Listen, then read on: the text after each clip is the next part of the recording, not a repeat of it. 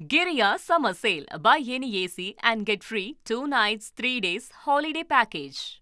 டெல்லியில் காங்கிரஸ் தலைவர்கள் சோனியா காந்தி, ராகுல் காந்தியுடன் சிஎம் விஜய் சந்திப்பு நிகழ்த்தியிருக்கிறார். கூடுதல் விவரங்களை கேட்டு பெறுவோம். செய்தியாளர் ரமேஷ் இணைகிறார். ரமேஷ், இது கடந்த முறை முதலமைச்சர் விஜயோட பயணத்தின் போதே திட்டமிடப்பட்ட ஒரு சந்திப்பாக இருந்தது. ஆனால் அந்த முறை இந்த சந்திப்பு நடக்கலை.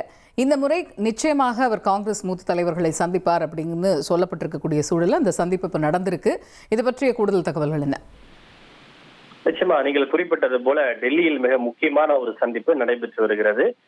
காங்கிரஸ் மூத்த தலைவர்கள் சோனியா காந்தி மற்றும் ராகுல் காந்தி, கே.சி. வேணுகோபால் உள்ளிட்ட மூத்த தலைவர்களை தமிழக முதலமைச்சர் ஜோசப் விஜய் சந்தித்து பேசி வருகிறார். சோனியா காந்தியினுடைய இல்லத்தில் தான் இந்த சந்திப்பு நடைபெற்று வருகிறது. 10 நிமிடங்களாக இந்த சந்திப்பு நடைபெற்று வருகிறது. சுமார் அரை மணி நேரம் இந்த சந்திப்பு நீடிக்கும் என எதிர்பார்க்கப்படுகிறது. கடந்த முறை, அதாவது மே 27ஆம் தேதி அவர் முதன்முறையாக டெல்லி வந்திருந்த போதே காங்கிரஸ் தலைவர்களை சந்தித்து பேசுவார் என எதிர்பார்க்கப்பட்டது. அது தகவலாகவும் சொல்லப்பட்டது.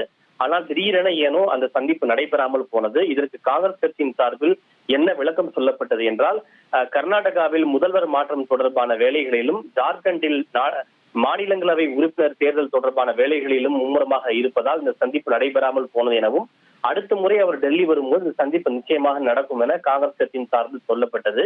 அதே போலவே தற்போது நித்தி ஆயோக் கூட்டத்தில் கலந்து கொள்வதற்காக டெல்லி வந்திருக்கக்கூடிய தமிழக முதலமைச்சர் ஜோசப் விஜய் அவர்கள் காங்கிரஸ் தலைவர்களை சந்தித்து பேசி வருகிறார்.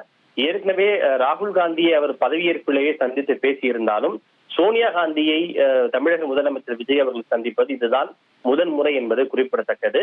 இந்த சந்திப்பின் போது தமிழக அரசியல் சூழல் குறித்தும், தேசிய அளவிலான அரசியல் சூழல் குறித்தும் விவாதிக்கப்படுவதாக ஒரு தகவல். குறிப்பாக இந்தியா கூட்டணியில் தாவேகாவையும் சேர்ப்பது குறித்து ராகுல் காந்தி தமிழக முதலமைச்சர் விஜய் அவர்களிடம் ஒரு ஃபார்மல் ப்ரொபோசல் ஒன்றை முன்வைப்பார் என எதிர்பார்க்கப்படுகிறது. ஏனென்றால் தாவேகாவை இந்தியா கூட்டணியில் சேர்க்க வேண்டும் என்பதிலே ராகுல் காந்தி அவர்கள் மிகவும் மும்முரமாக வந்திருக்கிறார். அது தொடர்பான தன்னுடைய விருப்பத்தை தெரிவிப்பார் என எதிர்பார்க்கப்படுகிறது.